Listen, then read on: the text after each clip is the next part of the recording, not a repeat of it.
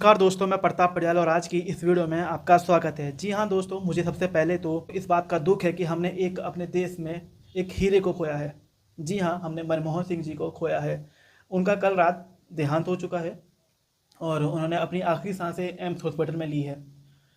अब क्योंकि यहाँ पे मनमोहन सिंह जी की बात है और साथ में यहाँ पे बात चल रही है हमारे देश के फाइनेंस की, तो हमारे देश में फाइनेंस में इतना तगड़ा हाथ किसी का नहीं रहा है जितना मनमोहन सिंह जी का रहा है। उन्होंने कैसे बुरी हालत में हमारे देश को बचाया है, कैसी अर्थव्यवस्था उन्होंने हमारे देश में संभाली है। वहीं अगर बात करें आज के डेट में निर्मला सीतारमण जी, वो इस हद तक हमारे देश के लोगों पे टैक्स लगा रही है जैसे मानो कि वसूली की जा रही हो। इंसान कुछ खा रहा है, टैक्स दे रहा है, कुछ खरीद रहा है, टैक्स दे रहा है, पहन रहा है, टैक्स दे रहा है, हर चीज़ में इंसान टैक्स दे रहा है। जो हमारी सरकार का जो ट्रांसपोर्टेशन है वो आज की डेट में इतना बुरा है कि आप उनसे परेशान हो जाओगे। पर आप टैक्स तो भर ही रहे हो। मान लीजिए आप परेशान हो चुके हो हमारे देश के ट्रांसपोर्टेशन से, आपने सोचा चलो कार खरीदते हैं, आपने एक प्राइवेट कार खरीद ली, उसमें आपने टैक्स दिया। अब क्योंकि जो आपने कार ली है वो पानी से तो चलती नहीं है, वो चलती पेट्रोल से है। अब आप पेट्रोल भी खरीदोगे, डीजल भी खरीदोगे, तो आज के डेट में जो डीजल और पेट्रोल का प्राइस है वो 100 रुपये क्रॉस करने को तैयार है, वो आसमान छू रहा है। आप मान लो उससे परेशान हो जाते हो, कुछ टाइम बाद आप सोचते हो मुझे कार बेचनी चाहिए। अब आप कार बेचने जाओगे तो आपकी जो फर्स्ट हैंड कार थी वो सेकंड हैंड हो चुकी है, आपको उसमें भी 18% जीएसटी देना है। यानी कि आप खुद ऑलरेडी लॉस में गाड़ी बेच रहे हो, फिर भी आप टैक्स भर रहे हो। मान लीजिए आपने आज से 10 साल पहले गाड़ी खरीदी थी 5 लाख की, आज वो उसका जो दाम घट घट के आज वो सेकंड हैंड हो चुकी है और वो बिक्री है 10 साल बाद 1 लाख में। अब क्योंकि 5 लाख और 1 लाख के बीच में जो डिफरेंस है 4 लाख का, उस 4 लाख में आपको जो आप ऑलरेडी अपनी गाड़ी को इतने नुकसान में बेच रहे हो, आपको उस 4 लाख में 18% जीएसटी देना है। ये कोई सेंस नहीं बनता है, ये कोई लॉजिक नहीं बनता है, बट ये है, ये टैक्स हमारे देश में एग्जिस्ट करता है।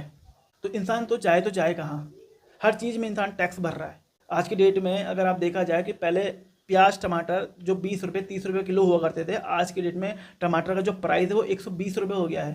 प्याज 60 रुपये 70 रुपये से कम का नहीं मिल रहा है। पेट्रोल के जो प्राइस है वो तो सुन के ही इंसान के होश उड़ जा रहे हैं। 100 रुपये से क्रॉस है, 100 रुपये से नीचे आ ही नहीं रहा है। अब क्या हो रहा है कि हमारे देश में लोगों के पास खरीदने के लिए कुछ है ही नहीं। लोग पैसा ही नहीं, खरीदेंगे कैसे? कोई कुछ खरीद ही नहीं पा रहा है, जनता नहीं खरीद पा रही है। क्योंकि हमारे देश का जो मेजरली जो जीडीपी अगर आप देखोगे तो प्राइवेट सेक्टर का जो सबसे बड़ा कंजप्शन है उसके ऊपर से जीडीपी आता है हमारा। प्राइवेट सेक्टर तो ग्रो ही नहीं कर रहा है। क्यों? क्योंकि जो एम्प्लॉयर है वो एम्प्लॉय की सैलरी नहीं बढ़ा पा रहे हैं, वो इतना टैक्स भर रहे हैं। अब वो क्योंकि सैलरी नहीं बढ़ रही है, पर महंगाई तो हर साल बढ़ रही है। पर पिछले 4 साल से सैलरी नहीं बढ़ी लोगों की। अब क्योंकि सैलरी नहीं बढ़ी तो वो लोग खर्च ही नहीं कर पा रहे, क्योंकि हर इंसान का जो बेसिक नेचर है वो 60% अपनी सैलरी का खाने पीने और रहन सहन में खर्च करता है।